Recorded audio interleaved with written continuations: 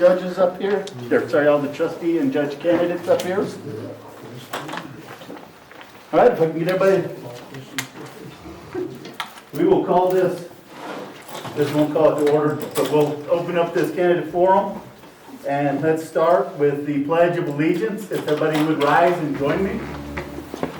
I pledge allegiance to the flag of the United States of America and to the republic for which it stands, one nation, under God, indivisible, with liberty and justice for all. I salute the flag of the state of New Mexico, the symbol of perfect friendship among the United cultures. Thank you. And now I would like to introduce Mario Romero. He will be our moderator for tonight. He is the general manager here at Otero County Electric. Good evening, everyone.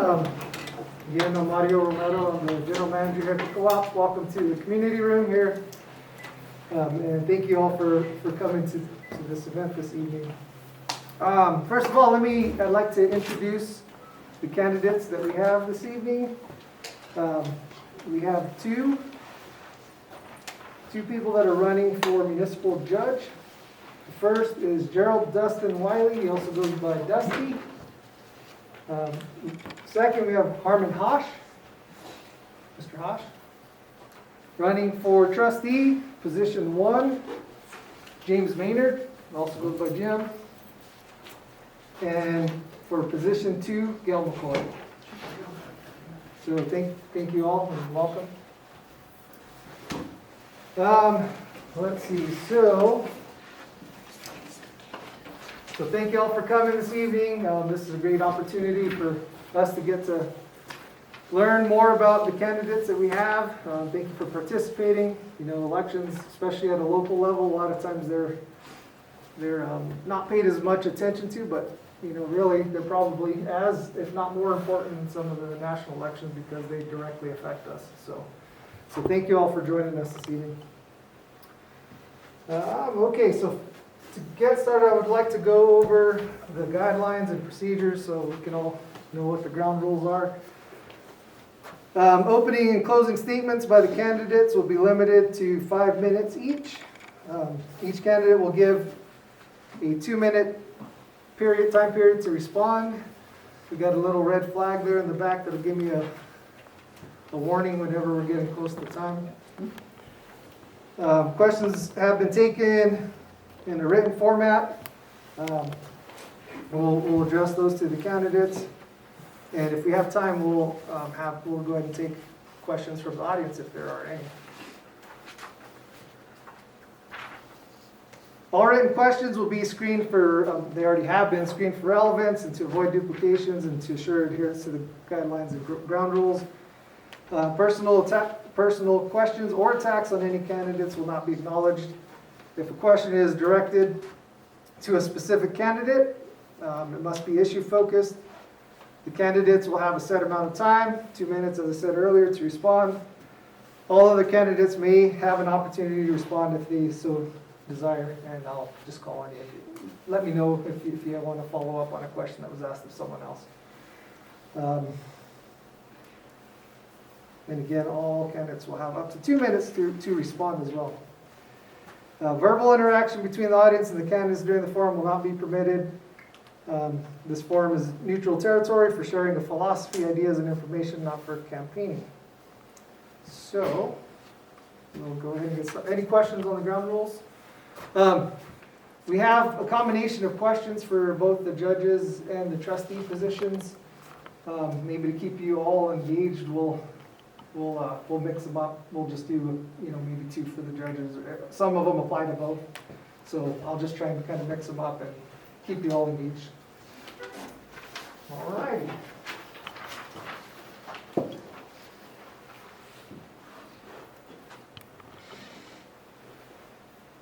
Okay, well, we'll start off with, we've got some questions here that have been asked that would apply to both the judges and the trustees and candidates. So, we'll start at this end of the table, we'll go that way, and then we'll work our way back and we'll switch it up. So, please describe your first-hand experiences, if any, dealing with people who are different from you, socially, economically, or politically.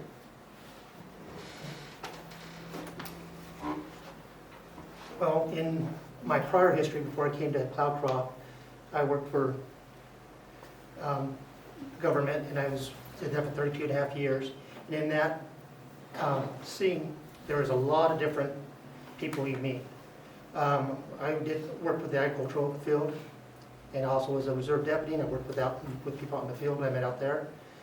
And there's just, you have to learn how to deal with each person. And each person has different personality. What's the other part of the question?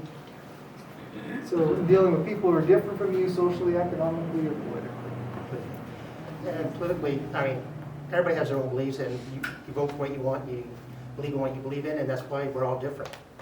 And that you should always stand by what you feel for. I shouldn't be intimidating you, you shouldn't be intimidating me.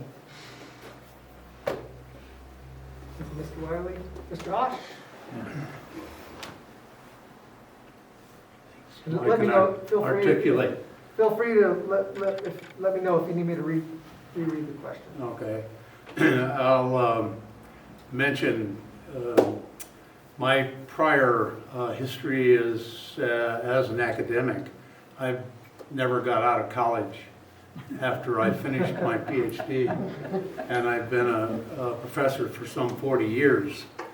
During that period of time, I've crossed paths with people from all walks of life, and I even spent a year in Mexico as a Fulbright exchange professor, where I learned more about the Mexican culture, the Latin American culture.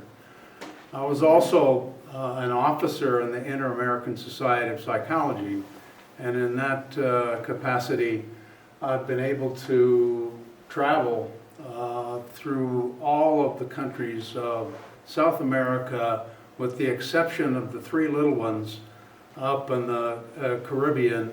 But the big countries we've been to, interacted with folks living in each of those countries, tried to pick up as much information as possible about their world, and share as much as I can about the reality of our world. And of course, our students at the university have come from a variety of backgrounds and cultures, and I've had the pleasure of interacting with them for most of my life. Thank you, Mr. Hosch. Ms. McCoy? I think coming from a Hispanic background, my mother was Panamanian, and so my first language was Spanish. So my introduction to the U.S. was I had to change the culture myself. So I had to learn English. And the other thing is my dad was in the service, so we traveled a lot. Never staying in one place more than 3 years. Been to Europe, went back to Panama several times. So I think with that you get an understanding of people and their cultures and who they are. And there's an empathy there too for the socioeconomic type of circumstances they're under. So I think that has created in me an awareness. And I think the other thing is just being, my dad being in the service, having that awareness of our country and what we stand for and who we are in this country has made me proud to be here. And I think that creates an understanding for people around you. You have to be aware of yourself, be confident in yourself, and then you can understand where other people are also coming from. So I think that has helped me a lot. Thank you, Ms. McCoy. Mr. Maynard? I've been self-employed my whole life. The nature of business, you have to adapt to your customer base and your employees. There's nothing more unifying than the common goals of successful business or successful employment. We've had the privilege of working with people in this community of such diverse background. You never know where they came from when they walk in the door. It's truly a tourist destination that has a worldwide attraction. And the employees that we've had the benefit of throughout the years, those have come from every walk of life there is. So by adapting to both groups, to where we could produce the product and services that they required of us, that taught us a lot about how to get along with different cultures and different people of all backgrounds.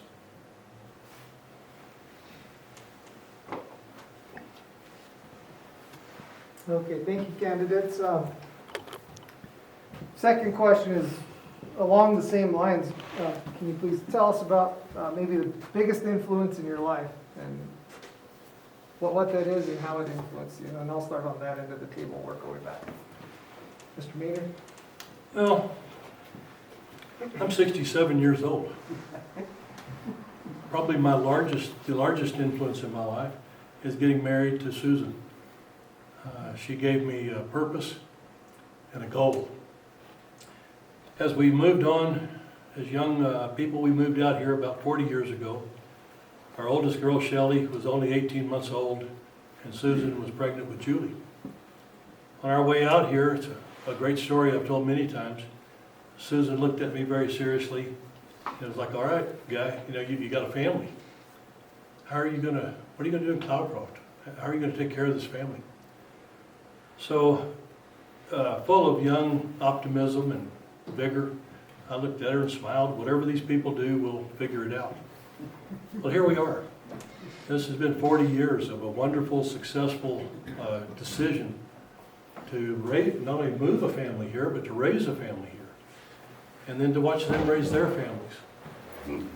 So that decision, when I met Susan and then followed through with our life, has been it for me. Thank you, Mr. Maynard. Ms. McCoy? Yeah, the thing that comes to mind is my dad. My dad was a big influence in my life. He taught me I could do anything. If I put my mind to it, I could do anything. I said, Dad, I could even do that as a girl. He goes, you can do anything you want to do. So there were times, though, as I got older, I found out that wasn't always true. So, but I did. I'm a dreamer. I'm a big dreamer, and I don't dream small. I dream big, and I believe in things, the truth, and that's taught to me by my God and what I believe in my heart. So I believe things can happen. I believe change can happen. I believe in people. I believe there are things that people don't know yet, what they have inside of them until they reach deep inside of them. So, but my dad taught me that, and the credits too. I started a women's running club in El Paso, and being an athlete, and I thought, oh, all these women, they're just going to come to me, and I'm going to have to take over all this stuff. And there was a runner there. Her name was Susan, but she was better than me, much better. And they all gathered around her, and she became the president of the club. I went home and I told my dad, I said, Dad, I got all this together in this big hotel and I did everything. He goes, do you want the credit or do you want the club? And I said, I want the club. So credit is not something that I'm searching for. It's to accomplish things and get things done. That's what I'm looking for. Thank you, Ms. McCoy. Mr. Hosch?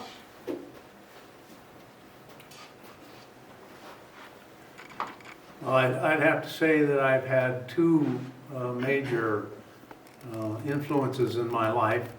One being my lovely wife, Jeannie. We've been married since 1968. Still the same person. Everything that I do, I run by her. I listen when she tells me what to do. I've learned a lot. She shaped my world. The other person who I think has had the biggest impact on my life is the president of the University of Texas at El Paso, who just passed last week.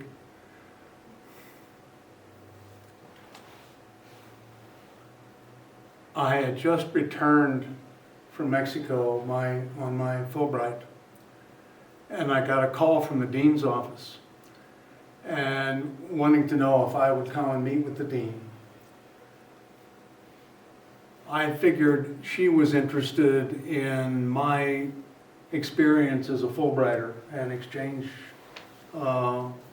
person with the university, and presumably she would be interested in fostering more exchanges among university faculty and students and our colleagues and friends in other countries. Well, it turned out she was interested, but not very interested in that. What she wanted to do was ask me if I would become the assistant dean.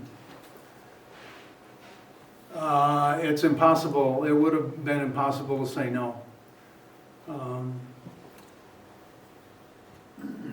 She was a dynamic, insightful, and impressive person. I learned a whole lot from her. If you know of her, she moved up from the position of a faculty member to department chair, to dean, to vice president, and spent the last 30-some years as president of the university. I followed her, so to speak, through a number of positions, and I'll mention those later in my regular talk. Thank you. Thank you, Mr. McCoy. Mr. Wiley? My biggest influence in my life has been, the last half of my life anyways, the second half of my life after being a child growing up, was my wife, Vicki. 5 years ago, we made a decision to move here. We bought a business. I had no idea, and there's several businesses in one, and I had no idea what I was doing. And she's a really sharp lady, and she's done a lot with that, and she's given me a lot of credit, but she's the one behind everything. The motel, she's redecorated everything and remodeled all the rooms. This cafe, she's turning me into a cook. She told me I'd have to go down there and cook, so she taught me how to cook. But everything we've done together, and it's been wonderful.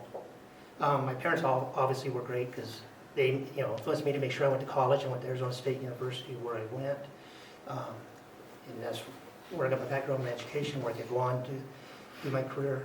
But anyways, Vicki's my wife, and that's my influence. Okay, we have another question here that applies to both trustees and judges. And I'm going to start with Mr. Hosch this time. So what amount of time are you willing to devote to educating yourself on the ordinances, laws, and changes? And will you attend trainings that will enhance your abilities to perform according to the village code and municipal law? And just expand on anything else that you raised in the question. In terms of the amount of time, I'll spend the amount of time that's necessary to achieve, whatever that means. I'm otherwise retired and not impacted by other commitments. I've already begun to assess the code. I've read through the whole thing. I confess I have not memorized it yet, but I can do that in short order. That's not going to be a problem.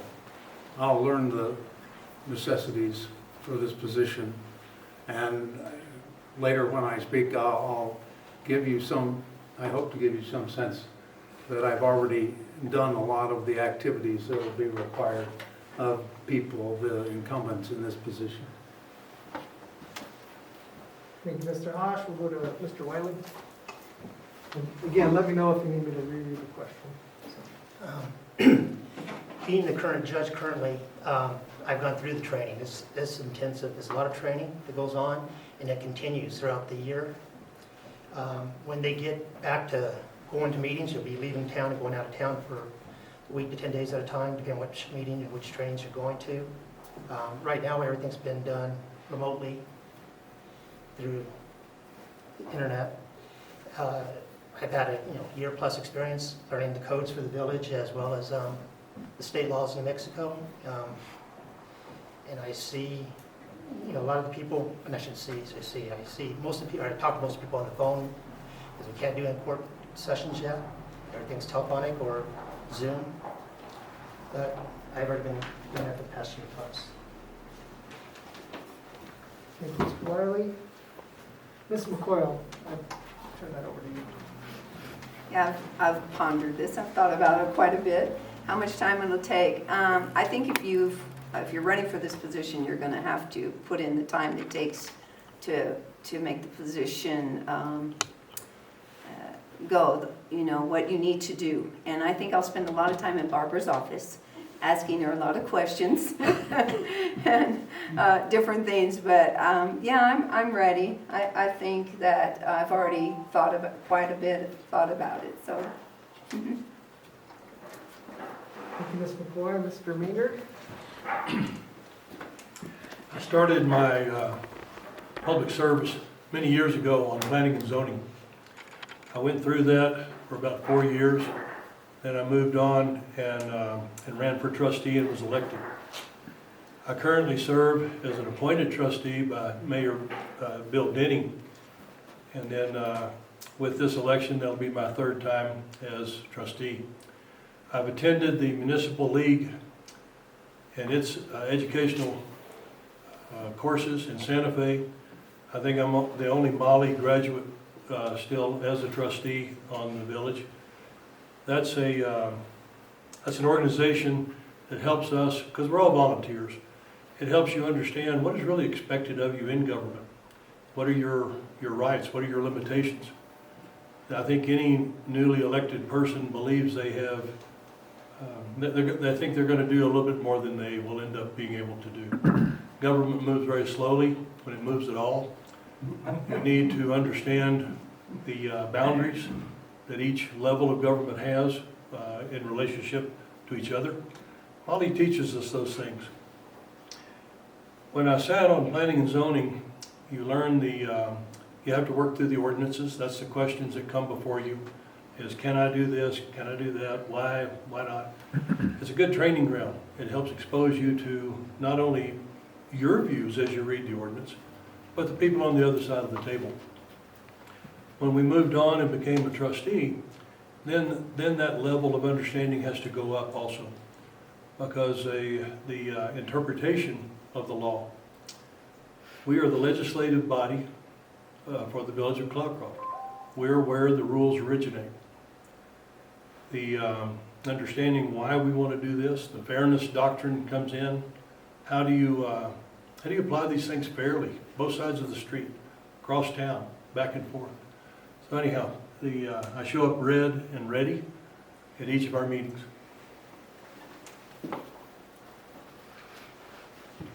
Okay, thank you, Mr. Maynard. The next question I have is specifically for the candidates for judge. And the first question, being a small town, many of the people that will be brought to court will be known to you, will be people you know. Do you believe you can handle finding someone guilty and sentencing someone who you might know very well? And I'll start with you, Mr. Hosch.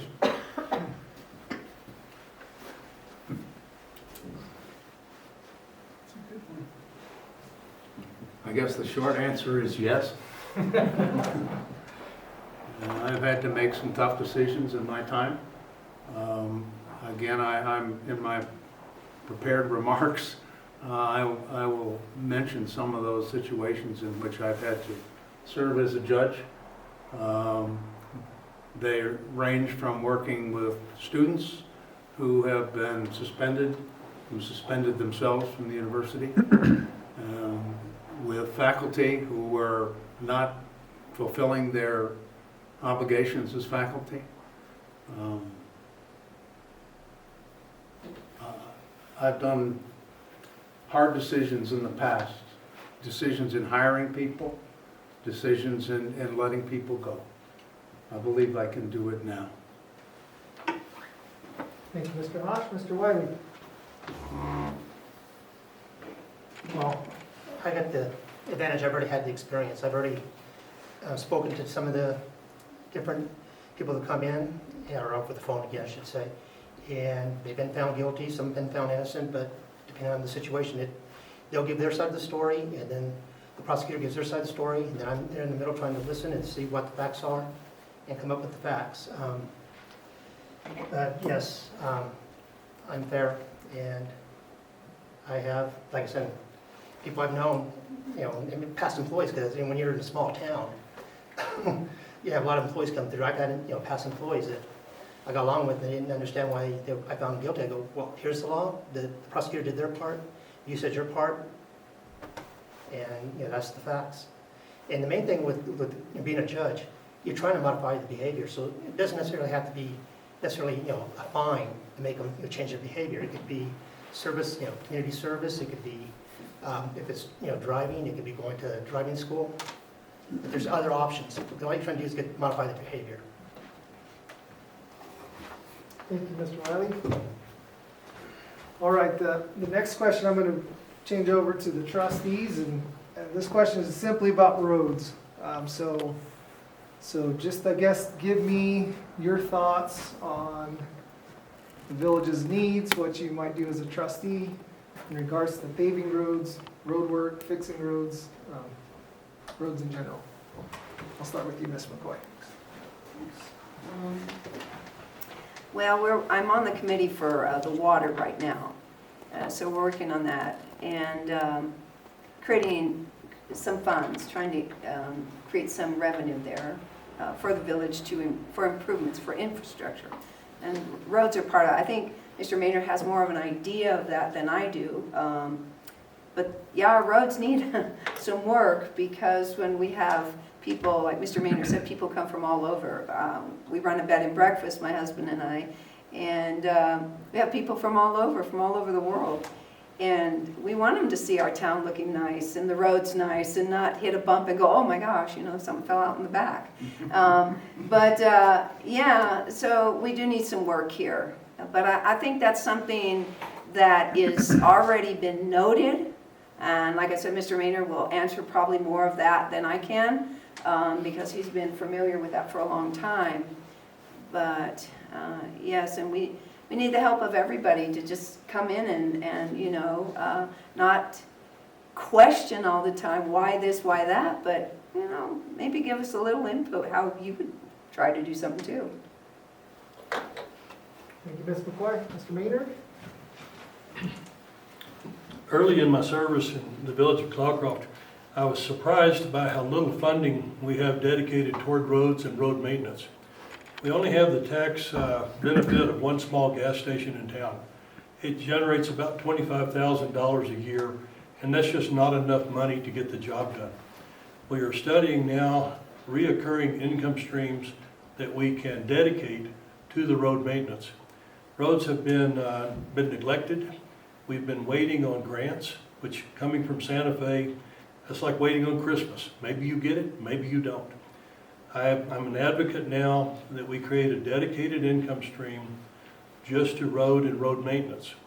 This is something we've got maybe 30 years of neglect that we are now having to play catch up on.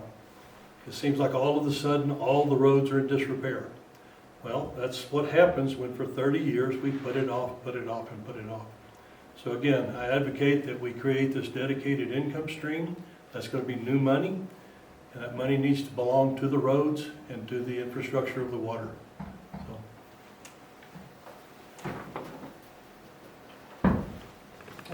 Thank you, Mr. Maynard. Coming back to the candidates for judges, as a municipal judge, you'll hear cases involving village codes, which mostly deal with private property. What is your view of with persons' rights concerning their private property? And I'll start with you, Mr. Wiley.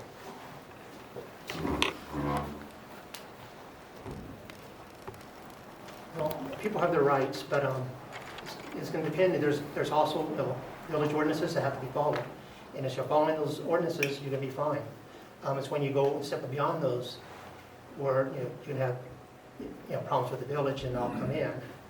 But at some point, as the judge or Mr. Zahana, the main thing is everybody has their own rights, but you also got to respect the rights of the village. within your property, boundaries. Thank you, Mr. Wiley. Mr. Hosch? Yeah, I think that we agree exactly on that. Part of the position is one needs to balance the rights of the individual against the interests of the community. And so maybe an example, not so much personal property, but traffic violations. People may be free or want to be free to drive as quickly as they care down the middle of the highway, but frankly, your individual rights to drive fast end when the safety of the community is at stake.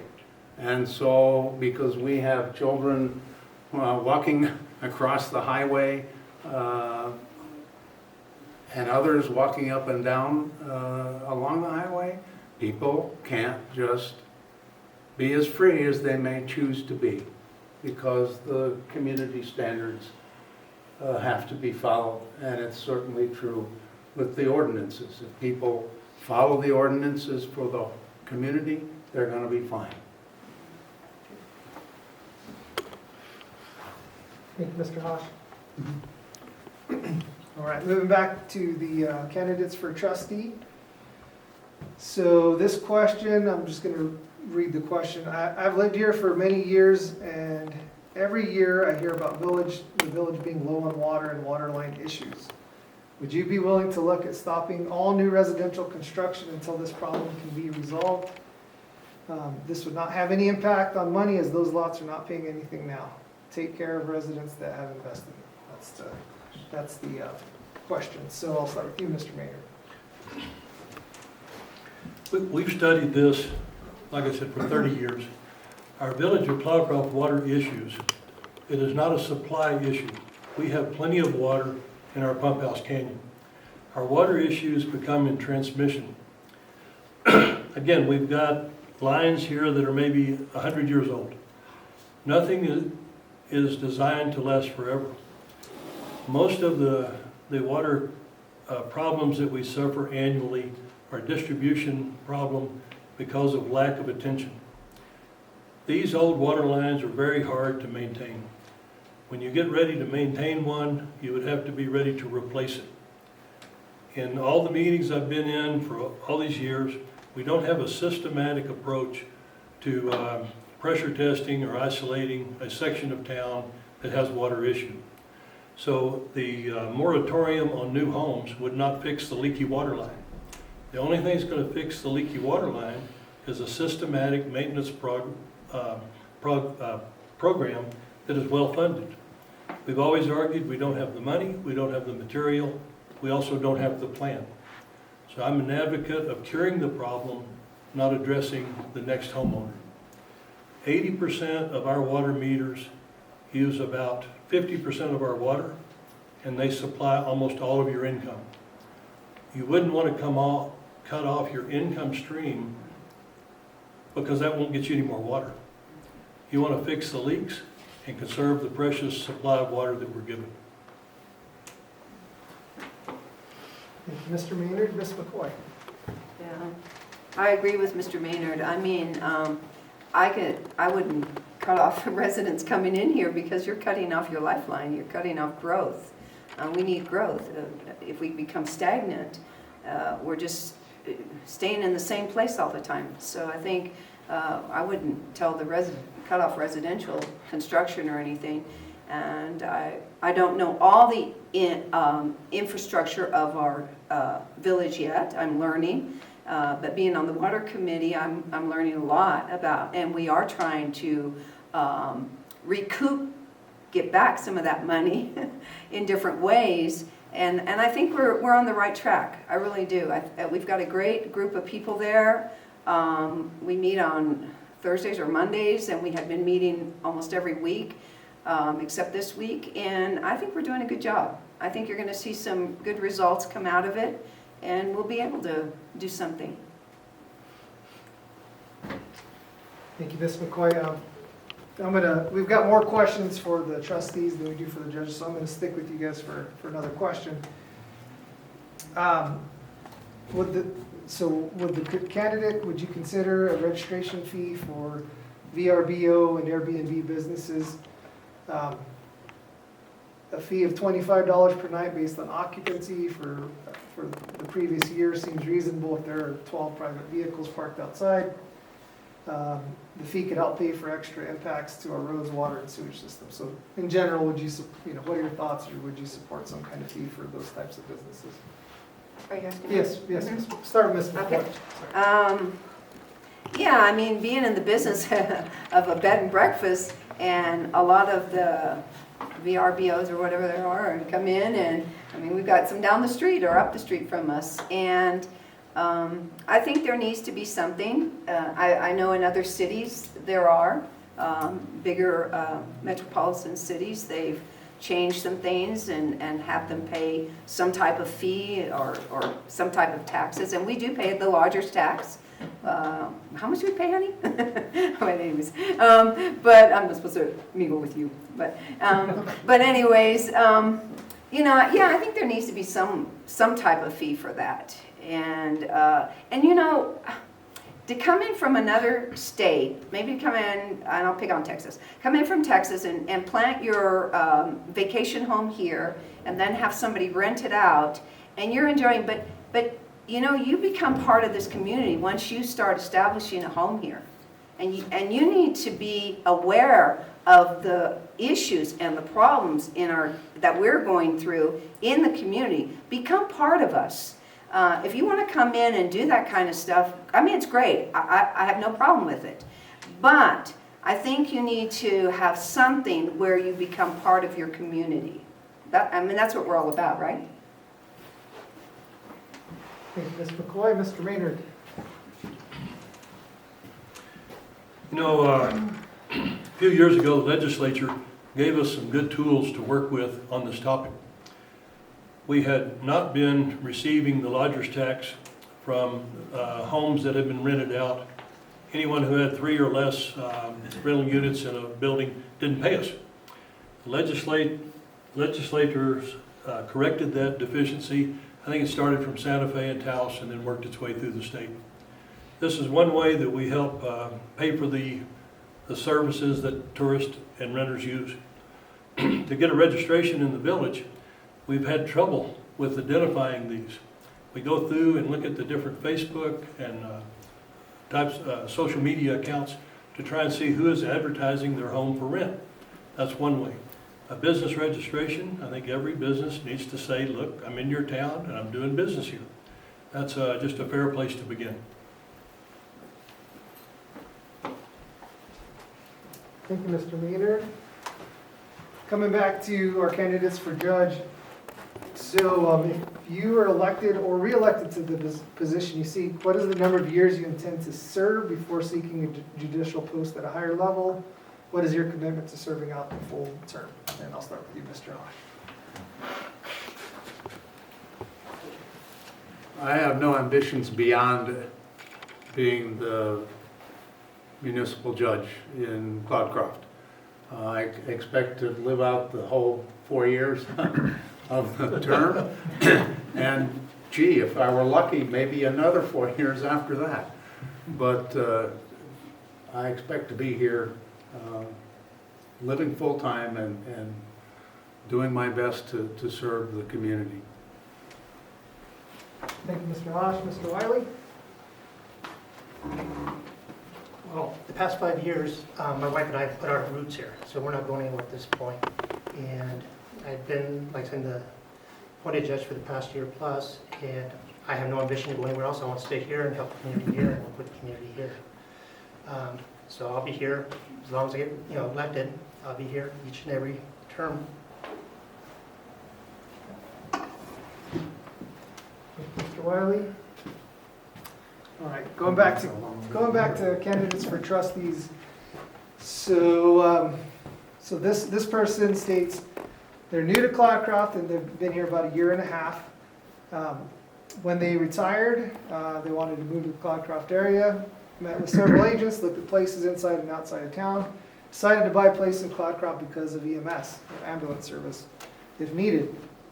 However, this person's had to call 911 twice, once because her husband fell and was injured, and the other time because he was sick. Cloudcroft EMS did not respond. Thankfully, Cloudcroft police officers did respond both times, but they had to wait for about 40 minutes for ambulance to arrive from Alamogordo, and they say this is not acceptable. This needs to be the first fix list before hockey stadiums, paving streets, or anything else. So I found out from speaking to others that this has been a problem for 3 to 4 years. What will you do to fix this problem immediately? And I'll start with you, Mr. Maynard. Well, you can't fix any problem immediately. I can't do that. I'll be one vote on it as a trustee. No single vote is going to change the issues that we have. One thing that we did do collectively in the last year in our budget retreat, we identified the need for a full-time EMT. We funded that position. It has not been filled yet. A problem that we are feeling painfully aware of is the lack of volunteers anymore. Our society, slowly but surely, the volunteer spirit is fading away. Susan and I have been here going on 40 years. That used to be a very well-staffed group. We were so proud of our ambulance and its personnel. Now we have plenty of ambulances. We've got the trucks. We just miss the people. So hopefully by creating this full-time position, getting someone in there who can recruit and reinvigorate the volunteer spirit, then we can help cure that. It will not be an immediate cure. Thank you, Mr. Maynard. Ms. McCoy? No, I think I'll just have to reiterate what Mr. Maynard said. Okay. Again, sticking with the candidates for trustees. So would you consider a full cost assessment for water provided outside of the village boundaries? Surge pricing or impact fee from April 1st to November 1st to help pay for impacts from Forest Service campgrounds clustered around Cloudcroft. Cloudcroft does provide water to these campgrounds in the Forest Service office in Lost Lodge. Ms. McCoy.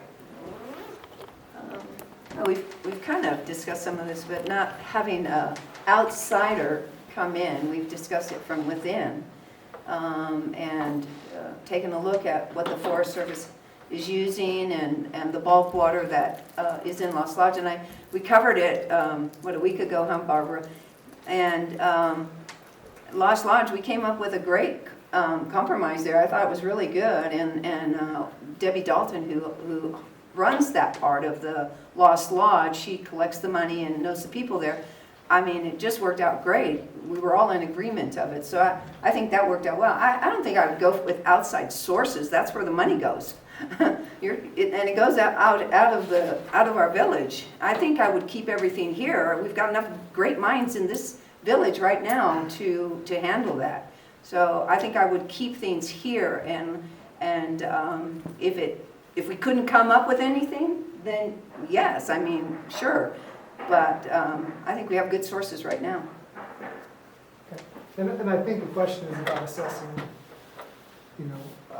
higher prices to water delivered outside of the Oh, I see. Okay, I thought you said to get outside sources to assess that. No, and in fact, that's what we discussed in the meeting. We don't want to be taking the money from the people and gouging them, but you want fairness. If you're paying in the village and you're paying a certain price, there needs to be some fairness in there too.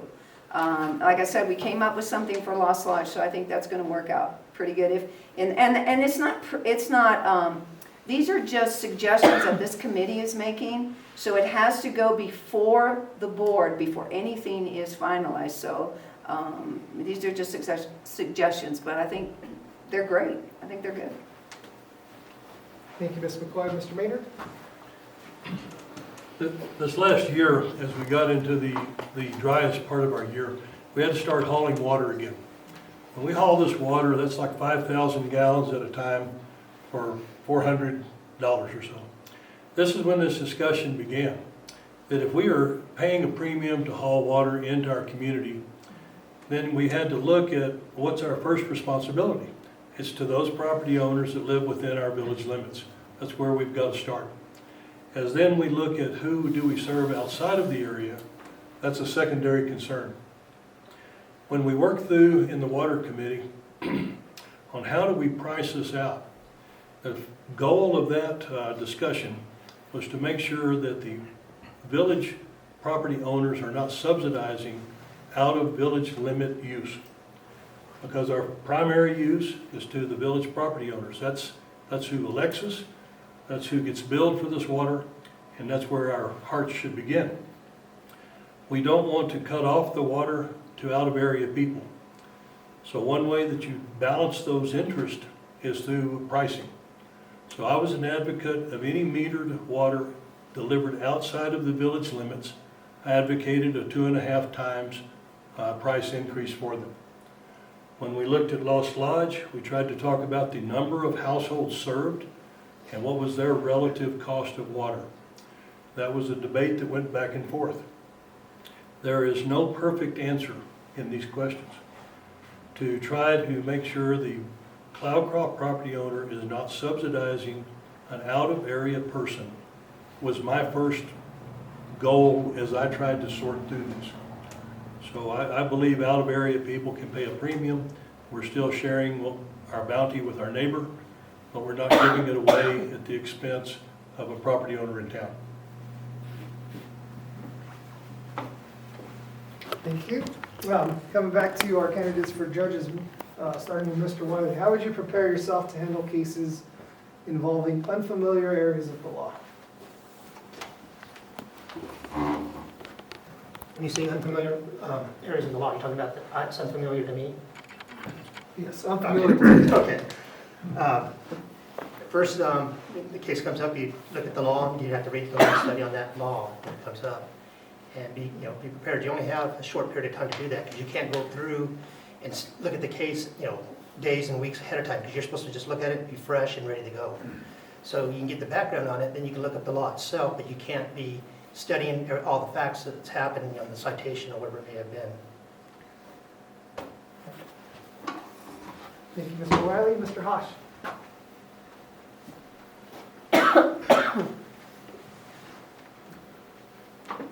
I would do my best to understand the law before the cases come. Surely Mr. Wiley's correct. You can't sit there on the spot and divine an outcome. But I also, in any case, I would research these things to the best of my ability prior to serving. The other thing I highlight is I'm not afraid to ask for input from knowledgeable people. I've always worked with attorneys literally my whole professional career, and it's not a problem for me to call them and ask them with greater expertise in a particular area of law than I would have. I'll use them as a resource. Thank you. Coming back to our candidates for trustees.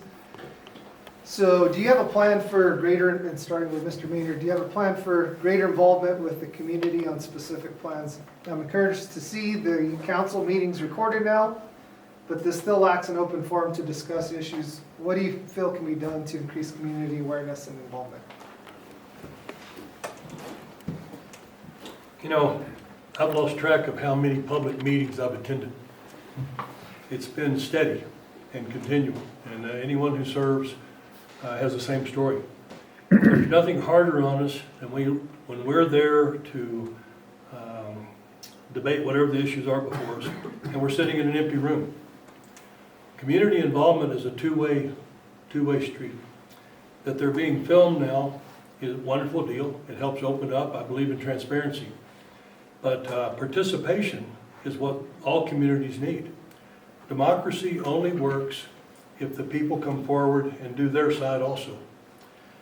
How many times we've been asked, when did you agree to that? Well, it was at a public meeting. It was in the minutes. It was, as transparent as you can get, but the people have to come forward also. They have to come to our meetings. They have to understand what the issues are before us. and be as prepared to discuss it as we are. So transparency, I believe, is a two-way street. Government is a representative of the community it serves. That is not a substitute for community involvement, though. We need the people to show up. Let us hear from you. So I think that's it. Go ahead, Mr. McCoy. Thank you. Yeah, Mr. Maynard's right. When you're sitting in a room, and I've asked people to come. In fact, there was an article that the Mountain Monthly wrote, and I wanted them to write an article about the meetings because nobody was coming. And I was the only one in the room. I was like, okay. But yeah, you got to get involved. If you see something going on, and instead of complaining about it, let your voice be heard. That's what we want to hear, because when we hear that, we don't always think of everything. So when you hear it coming from someone else, then you bring it up. You bring it up, and you're able to debate it, or you're able to see the issue. So I would suggest that the people come to the meetings, to the council meetings. Mm-hmm. Thank you. Thank you, Ms. McCoy. Coming back to our candidates for judges. So I think this has been covered a little bit in at least one of your answers. Do you believe in community service in your community? And if so, can you provide an instance where this might be put into effect? In what areas of our community? And I'll start with you, Mr. Hosch. I'm not certain I understand the question. I Well, believe in community service, yes. Yeah. Tell me the rest. I don't know. I'm guessing that it has to do with, as a judge, maybe sentencing, community service. Oh, okay, and, I'm sorry, I didn't capture that, yes. Yeah, I think assignment to service in the community in many cases would be an appropriate activity to try and get people's attention and also pay back to the community as a, in general. So that's no problem. Do you have this, in this question asked specifically, if you have any ideas on where you might put that into effect, or what areas of the community that you might promote that community service? Sure. I mean, if it's useful, well, one thing I would do is inquire of the supervisors for the various and sundry departments and see what their needs might be. And to the degree we can satisfy those needs and satisfy the needs of the court at the same time, I think we should do those sorts of things. If it turns out there's not much interest from the community, well, we'll take it upon ourselves to try and generate some interest. We could work, I would work with the community public agencies first, but if that doesn't work out so well, it seems to me we could assign it to social service agencies and other agencies that will benefit the citizens of our community. Thank you, Mr. Hosch. Mr. Wiley? We have being a judge, there is a list of approved locations that we can serve, have people go and serve their community service. So we have to go off that list, and there's an approved list there. So yes, I do believe in community service. It helps people sometimes, more than money, fines. And what you try to do is modify, change their behavior. And sometimes doing that, they get involved with the community. But there is a list, so we can't just go pick somebody, and have them, do community service for them. There is an approved list that we have to work off of. Thank you, Mr. Wiley. Going back to our candidates for trustee, what can be done to improve and I'll start with you, Mr. McCoy. What can be done to improve the experiences of our community for outside tourism, encouraging repeat visitors with more to look forward to in the community?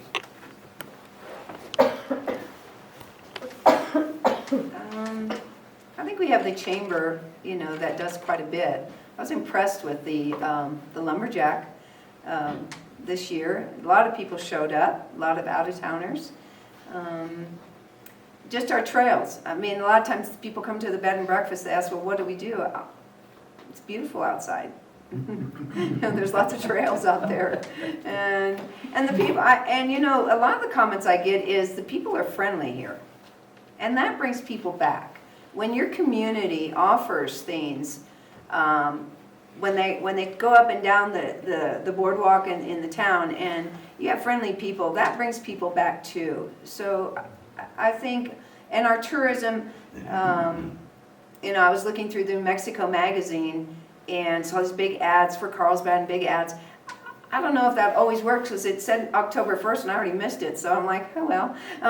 You know, you miss things, but when people just come up here to enjoy a Sunday, and you've got some friendly people out there, they've got some good food, and the weather's gorgeous, well, they're going to tell 10 other people. They're going to get on their Facebook, they're going to put it on there, and I think that's how we encourage more people here. Thank you, Ms. McCoy. Mr. Maynard? In our 40 years or so here, we've always thought that we did a great job of attracting a tourist to Cloudcroft, but we did a very poor job of entertaining them once they got here. This is a great environment, wonderful little town. We have a high quality of life, but a low quantity of life. As we've been questioned through the years, the question of what do I do in Cloudcroft? I love it here, but I've shopped one day, now what am I going to do? We've started to see in about the last 10 years where we've started to reach I call it a critical mass. We're starting to have more and more options to the tourist. Right now we're involved in a project. We're trying to increase the size of our skating rink. This is a very popular event in the winter. It's something that we can keep people in town and entertain more of them. The only problem with the current one is too small and it floods all summer. So trying to stay focused on entertaining the tourists that we did a good job of attracting is another job of our community. It takes all of us. This isn't, again, one vote, one way or the other doesn't do this. It's the combined efforts of the whole town.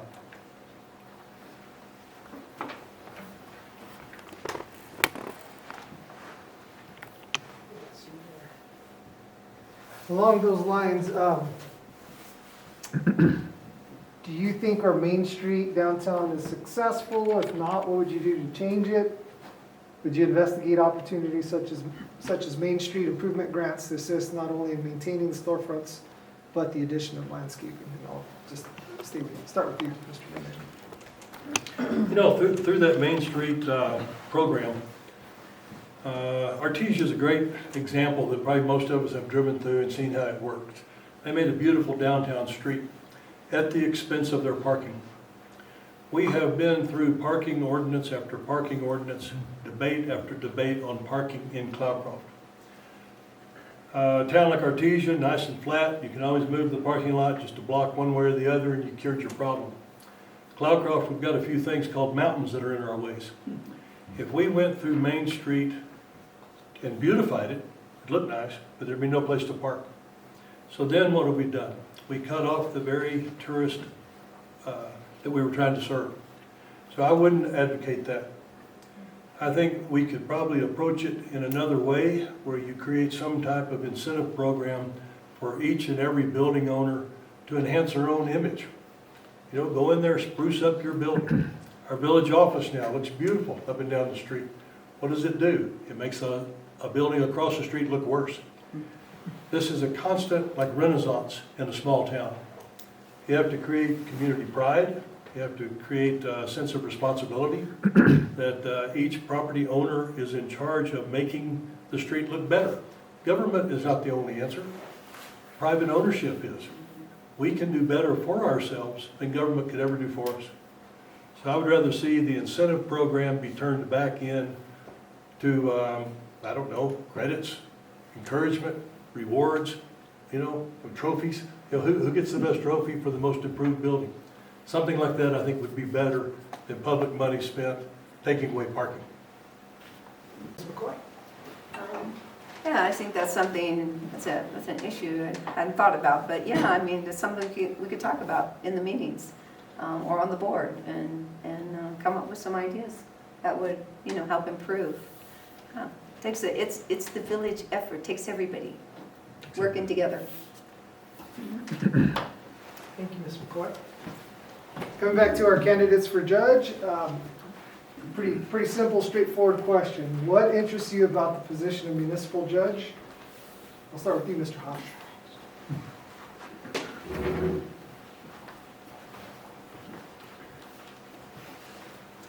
Well, it provides for me an opportunity to contribute to the community. I would like to do that, and it is the one opportunity I can think of where I can take advantage of my professional experience. I've worked in the field of psychology and law since 1975, and I've learned a lot. And it's a way to give back, take advantage of my experiences. The fit is nice. Thank you, Mr. Hosch. Mr. Wiley. Read the question. Sure. What interests you about the position of municipal judge? Well, a year plus ago, I was appointed, and I wasn't sure at that point in time. But since being there and doing it, I've learned a lot, and I've continue to learn. And I've gotten to see the other side, because before I was always on the law enforcement side. That's where, as a reserve deputy, etc. Now come here, going to all the training I've been going through and stuff. You got to have, you're neutral. You listen to both sides. You come up, and it's a different view altogether. But I've enjoyed it. Thank you, Mr. Wiley. Okay, going back to the trustees, starting with you, Ms. McCoy. Do you have any plans or any ideas to increase restroom facilities, especially on weekends? Restroom facility? Yes, ma'am. Not really. Hadn't thought about that one. But we have, that issue has come up in one of the meetings, yes. And someone said porta potties on Borough Street, but nah, probably not. Yeah, but we do put the porta potties out for the Mardi Gras. And they do go out at the, sometimes, I know some of the races or the race that was put on in town, that will go up. So that kind of helps with some of that restroom issue. But no, I haven't really thought about that. I think maybe that's something we need to discuss, but yeah. Thank you, Ms. McCoy. Mr. Maynard? Again, this is a topic that we've beaten to death through many years. The public restrooms cure one issue and create another. They're abused many times. How to keep them clean and open and safe and secure become a complex question. Part of the ice rink renovation includes additional public restrooms. It's going to increase public parking right off the highway across from the school. So you have parking, you have restrooms that are both necessary. How to get them in a more accessible location. Borough Street gets very busy on the weekends, but what other land does the village own? So we're getting boxed in. Each project in the future needs to consider public restrooms as part of it.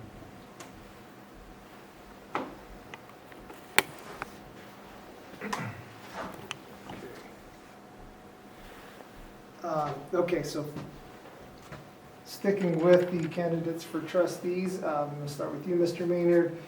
So this person questions the ice rink expansion, hockey stadium is how they framed it. But the question is, why aren't we fixing what we have with grant money and not spending village money on what is not a major interest in this area? And if elected, would you be willing to rethink this idea? Okay, the skating rink money came to us through a recreational grant. This was a grant we had not solicited, which is it's so rare. This money shows up and they're like, here, use this in your recreational facility. We discussed a half dozen other projects that were little tiny projects scattered all over. The idea of when would we have more money at one time and what could we do that would impact the largest number of people? While we talk about it as a hockey rink or an ice rink, it's really a multi-use facility. The facility right now, we looked at trying to renovate it. It's built too low. It does not have proper insulation. It melts. The concrete is structurally not sound. The building wiggles in the wind. There's a million reasons why it's not worth dumping money into. If we're going to go through there and create a new facility, the idea was, first of all, we have to get it up out of the floodwater. Have to get it more accessible to the highway, and then enlarge it so it can accommodate the people who like to use it. That it can be used for farmers market in summer. It can be used for arts and crafts. We can have car shows. We can, in the winter, also have ice facilities. The tourists come up here expecting winter time activities. That's ice skating and snow and skiing. We are helping our ski slope with water, excess water that we can make snow with. To go ahead and try and back that up with some ice skating is just a good balance to the winter sports. Thank you, Mr. Maynard. Ms. McCoy? I missed that meeting with the ice skating rink, but I think, I'm not sure how I feel about that. I think it's a good idea to have the ice skating ring. I love to ice skate, and because I'm not doing it now, but I'm getting a little too old for it. But I think it'll serve a great purpose here. I think it'll be good if everything goes through. I know it doesn't look like much right now. It seems to be at a standstill, which it is, but I'm sure that, and those plans were already set in place. Like when I went to one of the meetings, I remember that had already gone through. So I'm not too sure. I'm not up on all that yet. So. Thank you, Ms. McCoy. Going back to our candidates for judge. So starting with you, Mr. Wiley, what qualities other than obvious fairness and impartiality will you bring to the bench that would make you a good judge? In addition to those? In addition to those. That's assuming you have these qualities. Well, my personality, I guess. As you get to know me, my business, you've been there before, you see, I'm more outgoing than I am here. But anyways,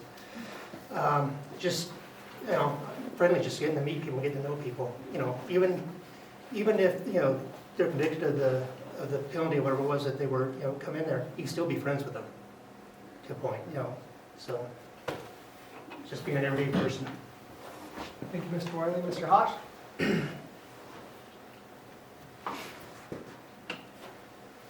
Would you rephrase the question, please? Sure. What qualities other than obvious fairness and impartiality will you bring to the bench that would make you a good judge? Yeah. In addition to fairness and being unbiased, as a personal characteristic, I'm a really good listener. I have a lot of patience. I reflect a lot. I tend to be pretty quiet and listen before I jump into something.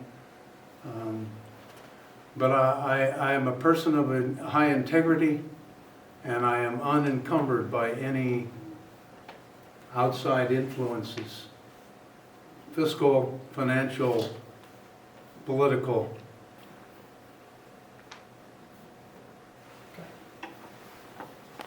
Thank you, Mr. Hosch.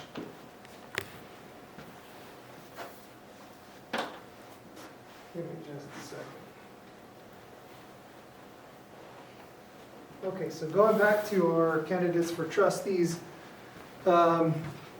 starting with you, Ms. McCoy. So I'll rephrase the question a little bit. Why did you choose the particular neighborhood that you might live in? I don't know. I have no idea what it is. What business qualifications do you bring to the position that you are running for?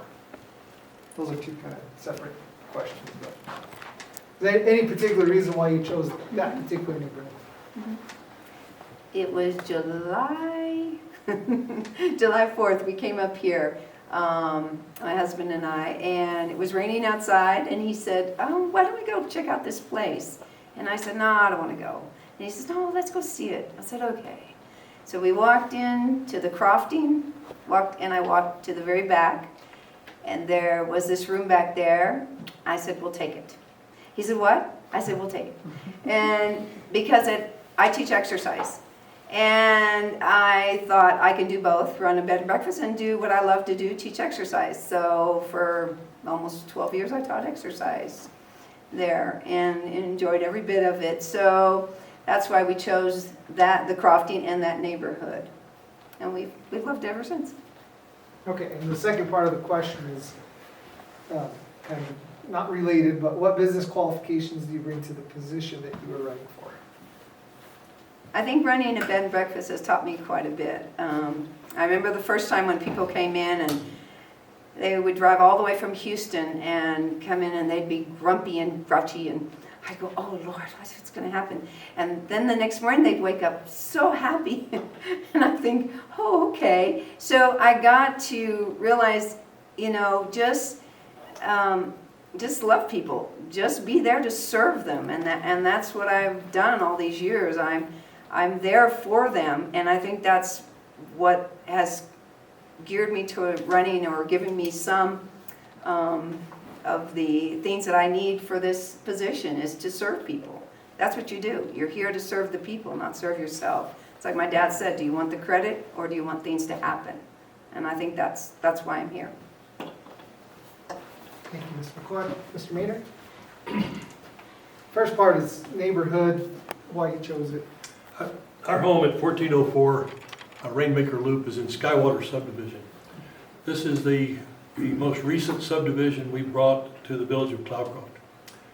In Skywater, what we tried to do was show on a subdivision scale how you can create the homes that have the minimum impact on the environment, the maximum benefit for the community. These homes are dedicated to rainwater harvesting, gray water reuse, solar power, and solar hot water heaters.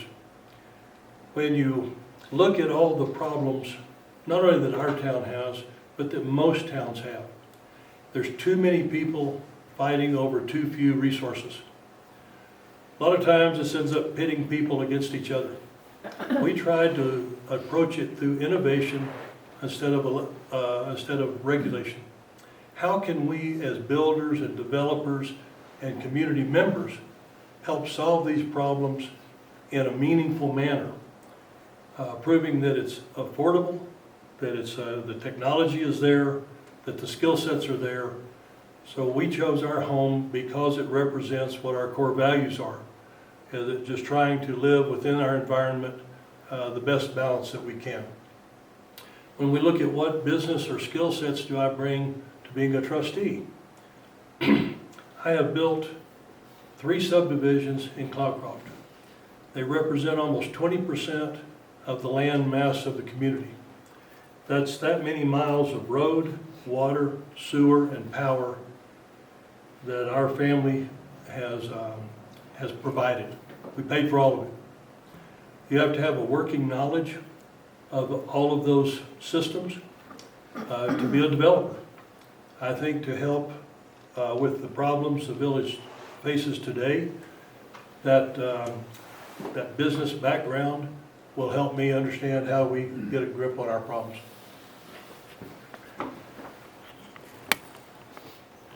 Okay, and we're down to our probably last 3 or 4 questions. Sticking with the candidates for trustees, starting with Mr. Maynard. So this person states they just moved here from Arizona to be closer to family. Heard discussions online about streets. In Arizona, their water, sewer, and garbage bill is about $90 plus streets and roads fee of $50. Residents are the main users and should have to assist in paying. We also had a $500 road fee on all new construction. Construction vehicles tear up roads due to large loads. Would you consider something like this and each of those things? It's a great question. as we get comments from people who've moved here from all over the country, all of them chose our small community for their own reasons, usually because it's a nicer place than they left. When we get here, we have a microcosm of what every other municipality deals with. We have a smaller tax base, we have a smaller population, which means we have less options to cure. As we go through, we're working it through the water ordinance now, we're looking for an answer. A lot of it is lack of funding. Okay, you can fund yourself out of existence. You can also have all the funding in the world, but if you don't have a good plan, then you're not going to see the results of that funding stream. So trying to decide in fairness, how do we create an income stream that's meaningful and that's dedicated to the problems it's being raised for, is what we're struggling with right now. So I think all of the topics are on the table for how do we do that. You can't cure a road issue by any one decision.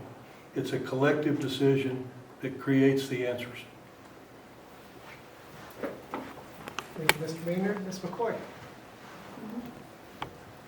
Like Mr. Maynard said, we've been discussing this in the water committee, and everybody has, like he said, different places they've come from and different things that are happening there. But again, we're unique.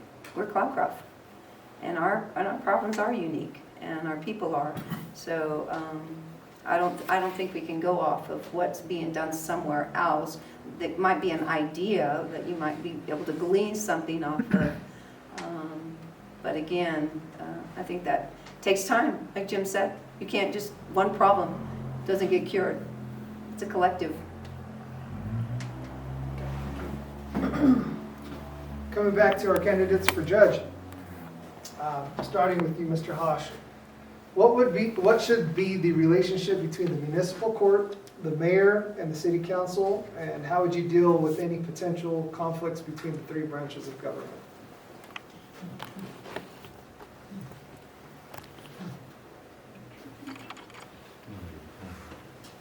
Well, I guess it would depend on what the conflict was about. If it's an issue with administration, then the mayor and I are going to be good buddies. If it's an issue about policies, then my friends on the council would seem to be the appropriate people to work with. If it's a legal issue, then the attorneys, the judges in the county and elsewhere would seem to be resources that I could work with to try and resolve whatever issue has arisen. Thank you. Mr. Wiley? Sure. What should be the relationship between the municipal court, the mayor, and the city council? And how would you deal with any potential conflicts between the three branches? Well, they all should work well together. To have anything work, everybody's got to work together.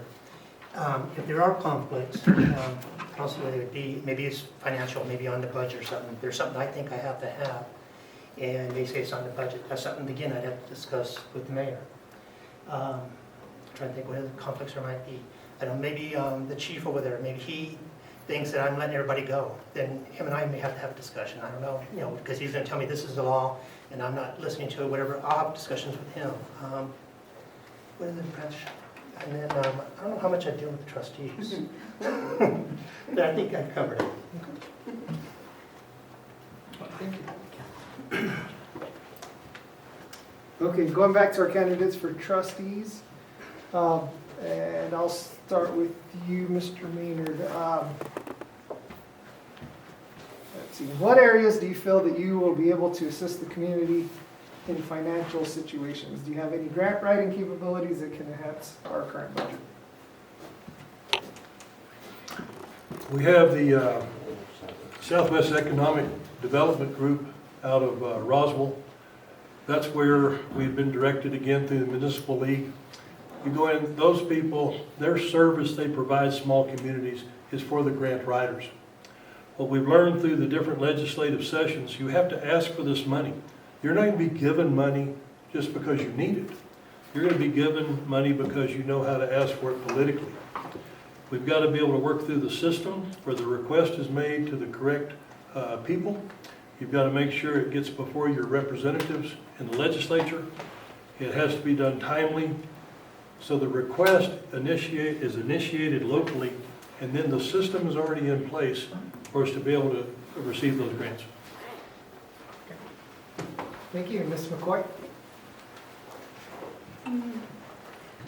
I'm not familiar with that there in Roswell, so I didn't know about that. But I believe in grants. We wrote a lot of grants when I worked for a community action service.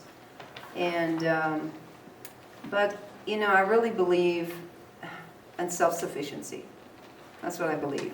I believe that if we work together, we create some funds, we get things going. I think, you know, I believe that we can be self-sufficient here in Cloudcroft and do the things that are needed to be done and have that pride, take that pride that we've done it, not asked someone else to help us out.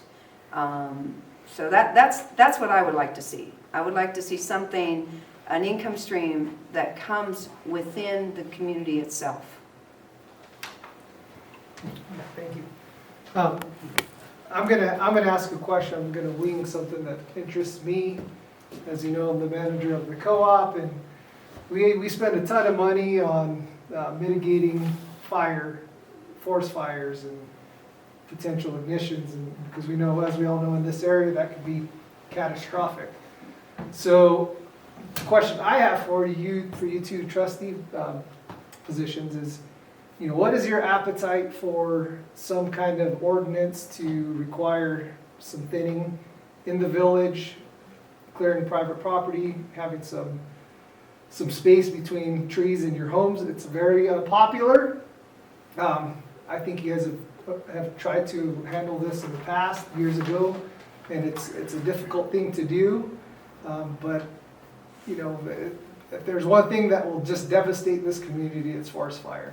And so that's a question I have that I'd like to ask each of you. What would be your appetite, knowing that it's going to be a hard sell? I believe Ruidoso has done something, and you know it takes time, but eventually you get through it. So, Ms. McCoy. Yeah, I've heard about it, and I think it's been discussed before.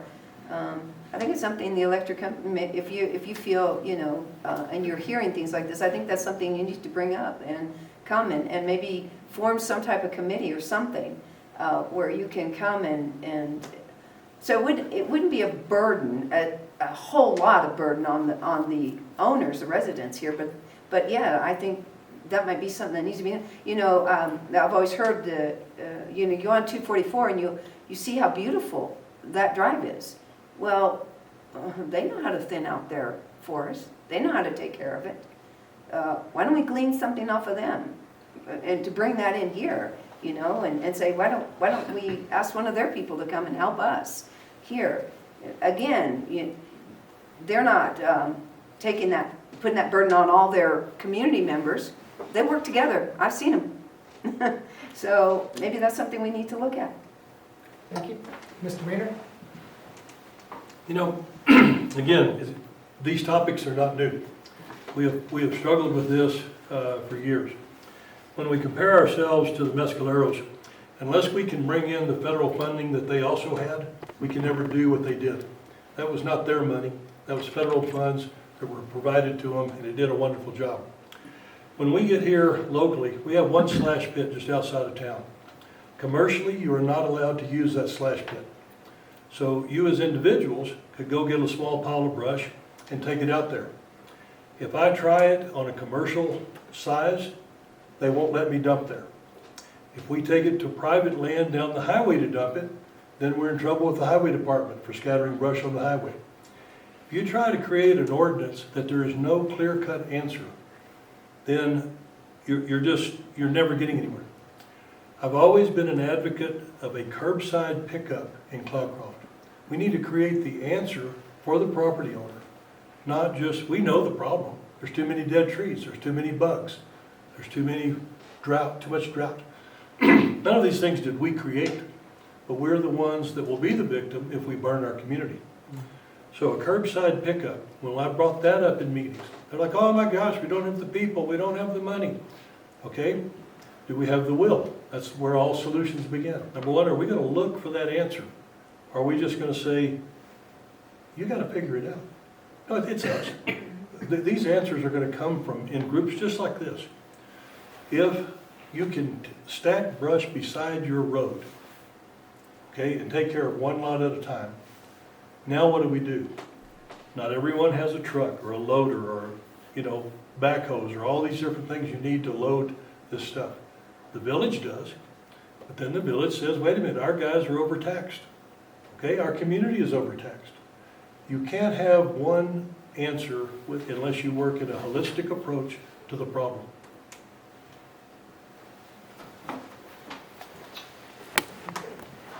Thank you. And our final question, at least written question, is for our candidates for judge. Starting with Mr. Wiley, please describe your administrative experience and what are our primary strengths? What are I guess I'm assuming it should be, what are your primary strengths as a supervisor? Okay. Well, I was talking about at the very beginning about my career, my past, where I was in government for 32.5 years. I worked for the same department for 32.5 years. I worked my way up from the bottom all the way to the top. Where I did most of that administrative work was as the assistant. I mean, in my department head, he gave me everything. So I did the budget, I did the personnel, HR, I did everything. So from there, that's where all my experience came. Prior to that, I was a supervisor. Supervisor, you just do mainly HR stuff. But I've done that my whole career, basically. I was promoted to supervisor 5 years into my career. So I've been in management and for 20 years. I've been a supervisor for almost 27 years. Thank you, Mr. Wiley. Mr. Hosch?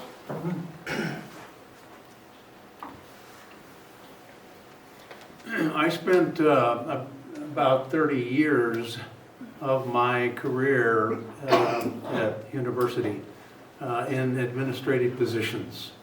I began, as I had mentioned earlier, as assistant dean and was promoted to associate dean of the College of Liberal Arts.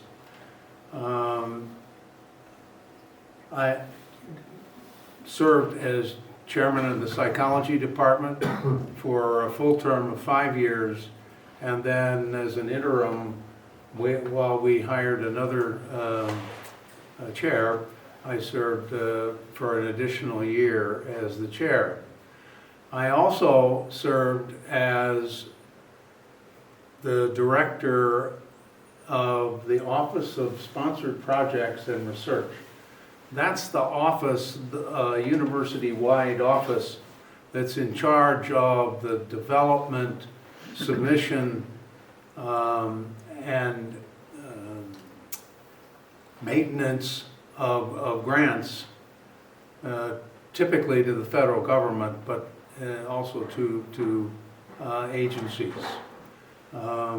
Under my care, we started out as an office that had a business on the order of about $3,000 a year, and now it's well over $150,000. I'm sorry, $150 million over the year. So it's a department that has really increased. I have a couple of other administrative positions that I'll mention later. And so I just asked Mayor Denny if we had time. We're done with all of our written questions, so we do have some time if there are any questions from the audience.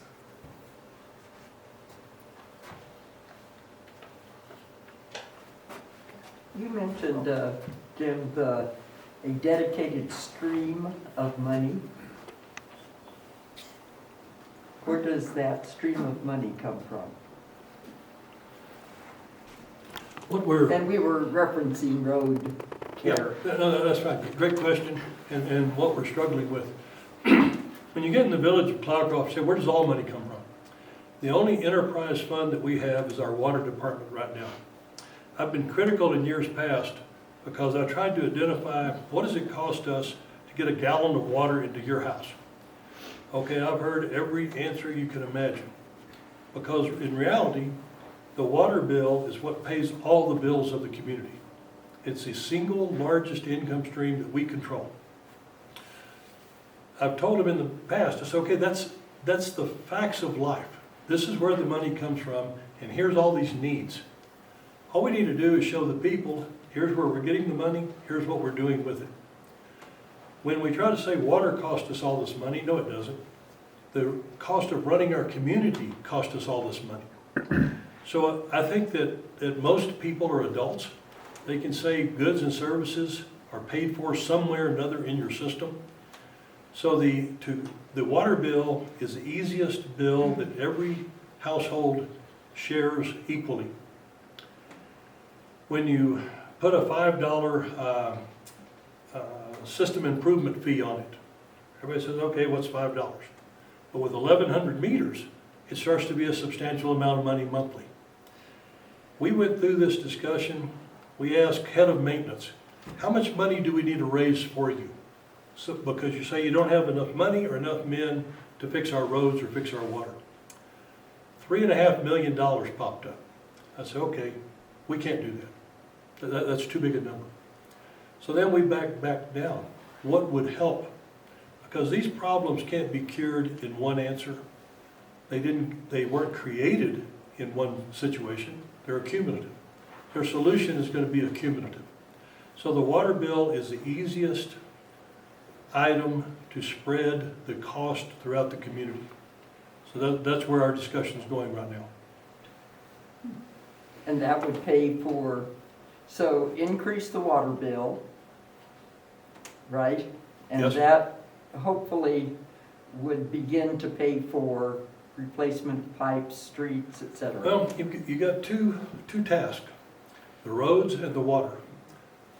Now, I advocate not just raising a bill, that's raising our taxes. None of us, I've fought for years to not raise our taxes. But if we create dedicated income streams, in other words, we use any number you want to, $10.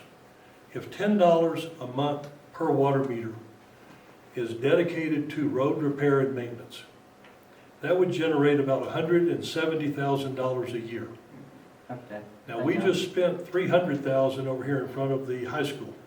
So you can see the numbers, can't do much. But repair and maintenance. Now you have to tie repair and maintenance with maintenance schedules. What road is getting fixed and when? Why is it getting fixed compared to another one? Again, these are not single answer questions.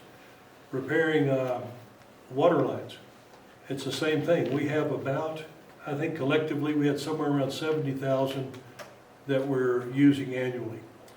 If we add another $5 or $10 a meter to that fund, you can see the multiple starts to take over. Now you can do a section 500 or 600 feet. What parts, material, labor, and time does it take to do that?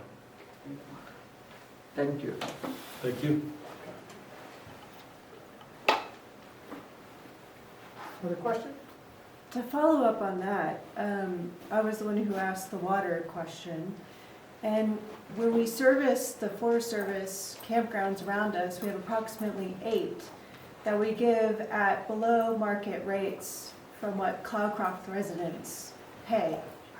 So when we add a service fee and we allow below market usage of our resources to other places around, yes, we have to be friendly, we live in a community, but that's not fair when they're paying 25 cents a gallon, and what are we paying? And then we have Airbnbs who have extra impacts on our roads, our sewers, our water, and it's sporadic, so it's not something that we can plan for and even really truly accommodate. And when we look at, say, an impact fee during our high tourist seasons, that would be something that instead of charging the people who live here year-round a higher impact fee, when we are conserving water, when we go to level 3 restrictions, when we're conscious of our fire restrictions, that this is something, instead of taxing our residents, that we look at the impacts without really pushing away tourism, but just saying, let's not charge below market rate for our water for at least 8 campgrounds that are around us, not to mention the Forest Service area. And I'm not even talking about Lost Lodge because they are incredibly responsible with their billing. And I've seen that for years, and they want to pay their fair share. But we have holes in our system that we're letting money flow out of. And how are we going to address that? Yeah, that's what we've been addressing in the water committee is the Forest Service, and we have a proposed, right, to have some increases there. And not just, maybe there was a $5 increase for the village residents, but there'll be more of an increase depending on their water usage. So that is proposed. So, and we have seen that, what you're saying. That is valuable, what you're saying, because, we have addressed that. Can I also answer? Yeah, go ahead. We broke those groups down. See, when we're out of the village limits, we don't control through zoning or ordinance any land use. So we said out of village of limits, water consumption needed to be priced differently than in village limits. That's where, again, I advocated 2.5 times that it wasn't very popular. They thought that was excessive. But the goal is for us not to subsidize the out-of-village limits people, number one. Okay, that's just, it's the Village of Cloudcroft Water Department, keeps the water running. It's our water source that provides the water, our water rights. So we broke that into 2 groups and tried to study it. When we deal with something like Airbnb internally, that does fall under zoning, under the different ordinances. That's how you control it. It is not an illegal act now. That we have learned how to tap in to the lodger's tax on a broader base helps bring in revenue from those houses that are being operated that way that you and I aren't having to pay. So it was the enforcement side of some of these ideas are what get very bogged down. If we turn to Kevin and say, you're going to have to let us know what's happening in that house each night. It's like impossible. He can drive by and there's 5 cars there. Maybe they're having a party. It's not illegal. We've all had those at our homes. So that gets more complicated. Outside of the village limits, water supply is a commodity that is without, it's unlimited value. That we make it available to people. Our campers are also part of our neighbors. Our Forest Service, we all know people that work at the Forest Service who are our friends and community members. We don't want to say no to those people. We want to just tell them how much.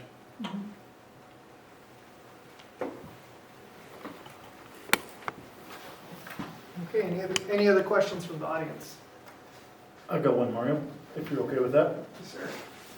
You're the mayor. Yeah, but I'm giving you the floor. This is for the trustees, and I'd like to start with Gail, if I could. Most successful companies believe you're only as good as your employees. What would you do to ensure, to motivate your employees and to increase morale?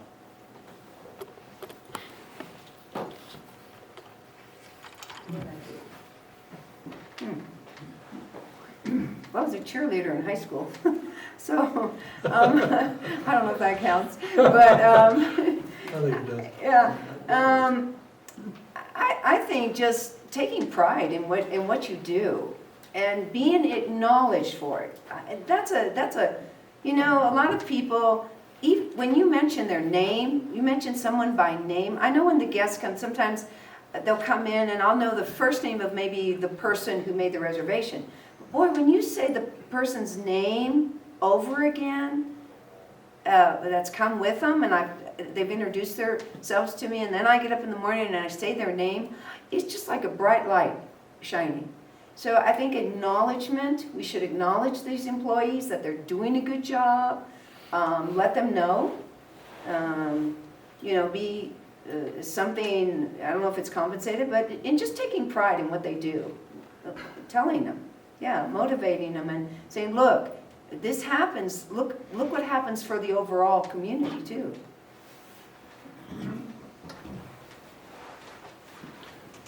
You know, in any organization I've been involved with, the best way to get morale up and get jobs done, you have to have a set of goals that are achievable.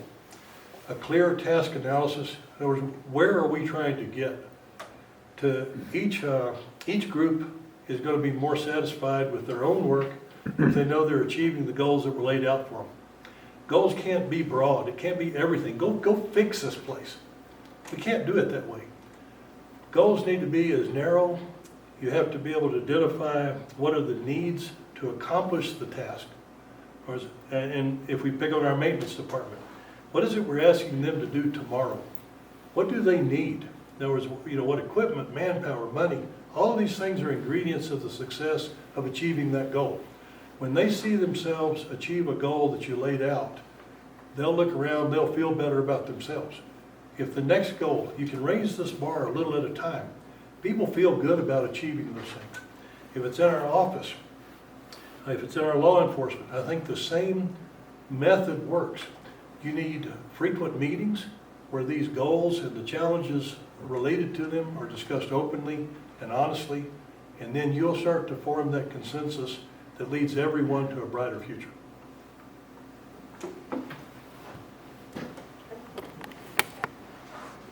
Okay, so to wrap up this evening with no other questions, any other questions before I move on?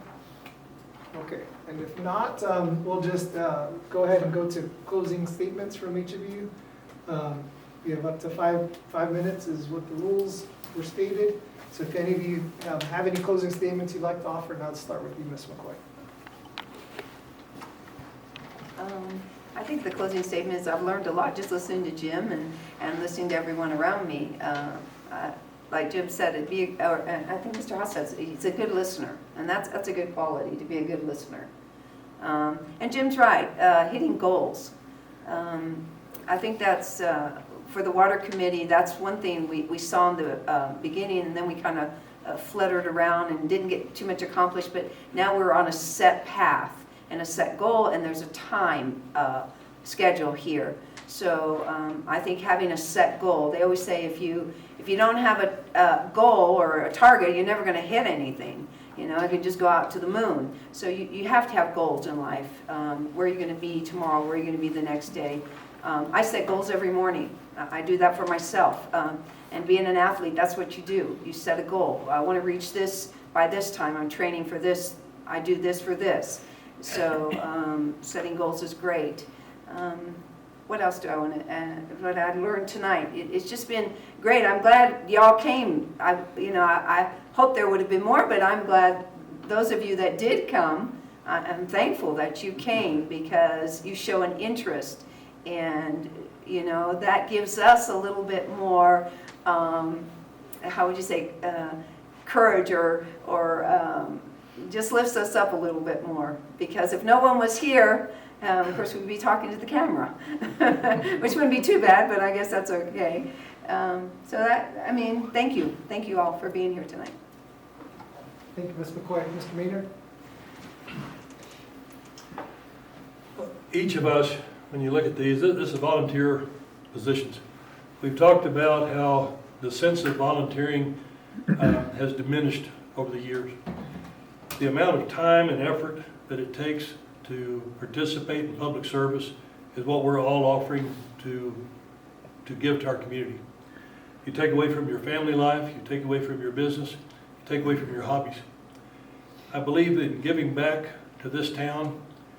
I hope that my life experiences, my business, the participation I've had over the last 30 years in this community, I hope it brings something to the table that helps at least discuss the problems and hopefully resolve as many of them as we can. I appreciate each of you for being here. Please get out and vote November 2nd. Democracy only works with the participation of the people. So thank you very much. Thank you, Mr. Maynard. Mr. Hosch?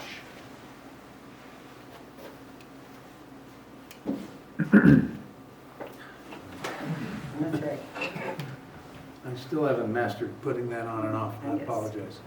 I have only a couple of things that I'd like to mention that I didn't mention in the context of the question and answers, really.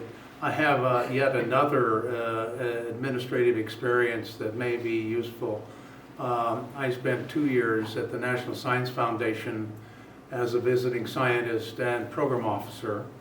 And in that capacity, I solicited grant proposals, got those proposals reviewed by peer reviewers, evaluated all of the proposals myself, made recommendations for funding, and we spent some $3 million per year of your tax money doing the best science possible.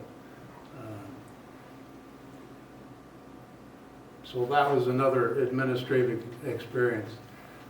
Just another comment then. I think because of my extensive administrative experience, the fact that I was trained as a social psychologist, and I'm hopeful you all know what a social psychologist is or does. I suspect some might not. I think when most people hear the word psychologist, they think immediately of psychotherapy, assessment, and helping people with adjustment problems and mental illness. Social psychologists don't do that. We are researchers. We study things like attitudes, how attitudes develop, how you modify attitudes, persuasion, opinions. Another sub-area of the domain of social psychology is in what we call person perception.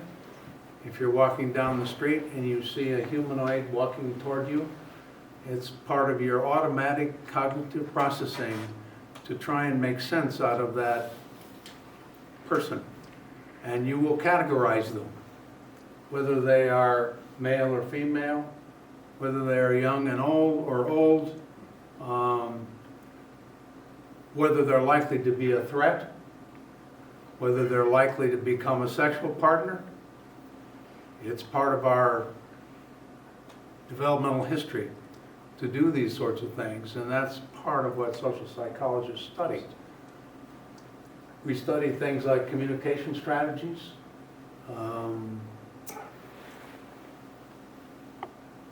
anyway, the context is the focus on the individual and how we're influenced by other people and how we in turn influence them. So I have applied that in my own research career into the relation between social psychology and the law. We've done lots of research studies studying things like alibis and alibi witnesses and the relation between them and the impact that may have on judges and juries. The impact of testimony in Spanish on jurors, the impact of judges' characteristics and the outcomes of the cases that they have. I have a plethora of research projects that we have done. In virtually all of our research, we have collaborated with lawyers, attorneys, and I've learned a whole lot about law in that process. I believe I'm capable of making the decisions that are necessary as municipal judge. I'm a fair person. I mentioned before I'm a good listener, but I've also been able to provide consequences when necessary. Finally, I have two hopes out of this meeting. I hope that you all will continue to support Mr. Wiley's businesses. Eat at his restaurant. When you have friends and relatives come to town, be sure that they stay at his motel. we be sure and use his laundry. We're hopeful that you can use it to remain optimally healthy. And finally, I hope that you'll vote for me for municipal judge. Thank you, Mr. Hosch. And finally, Mr. Wiley. In conclusion, I'd just like to state, I was born and raised in a small town in Arizona. So when Vicki and I found Cloudcroft, we fell in love with it immediately. We've been coming up here probably close to 10 years before we even, bought any property here and moved here. And it's funny, when we come up here every year, we come up 2-3 times a year for our vacations. And when we get up here, we always have one day we set aside for a real estate agent to show us all the properties. That real estate agent got tired of us after about 4 or 5 years, seeing us 2-3 times a year and spending most of the day with us looking at properties. But anyways, he made a joke about that business that we bought. And because he'd got to know us, I have 7 children, 2 adopted, come from my family's multicultural. I have Hispanic, Black in my family. I've got grandkids all throughout different races. But anyways, that's more me, so you get to know a little bit more about me. Like I said, I've had a great time here. We fell in love with it. We found the property, we bought it, and his reason was what the real estate agent had said was that he got to know us and knew we had all these children and grandchildren. He's got 7 kids, 15 grandkids. That the motel would be a perfect spot, and I could buy that, and I could have rooms for all of them. So then I have a big enough kitchen to cook for them. So anyways, we went home that night, and I talked to my wife, and I said, you know what, let's go ahead and do that. So we bought that. I gave 2-week notice of once they accepted the offer, I gave 2-week notice of my job. I'd been at 32.5 years, wasn't ready to retire yet, but did that because I was that much in love with Cloudcroft. And I want to thank everybody, because since I got here, everybody's welcomed us. You guys have done great for us. We try to give back to the community, and that's what I'm trying to do now, give back to the community. So I hope you vote for me on November 2nd. Okay, I think my duties are done for the evening, so thank you candidates, appreciate it, and thank you audience for coming and participating as well. My only comment is, here we are talking about voting and elections, and we've had a good, productive conversation, and not one bit of politics, so great job, everyone.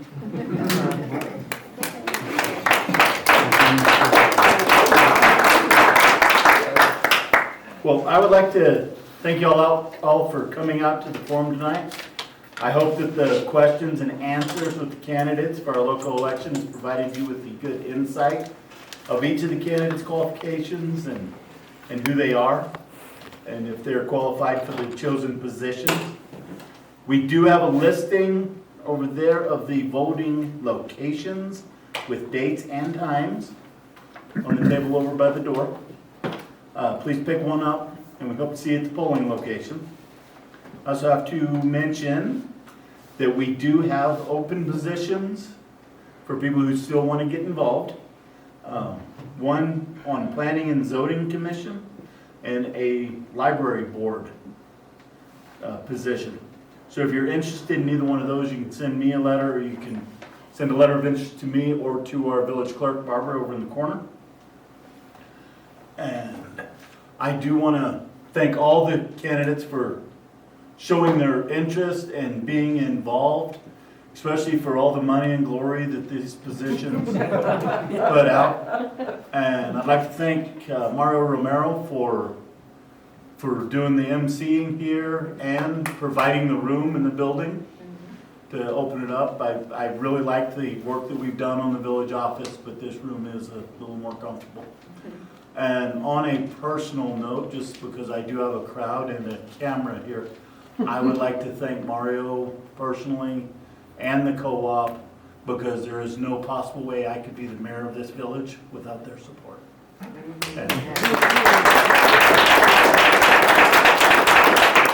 So I'd like to thank all of y'all for coming, and have a wonderful evening.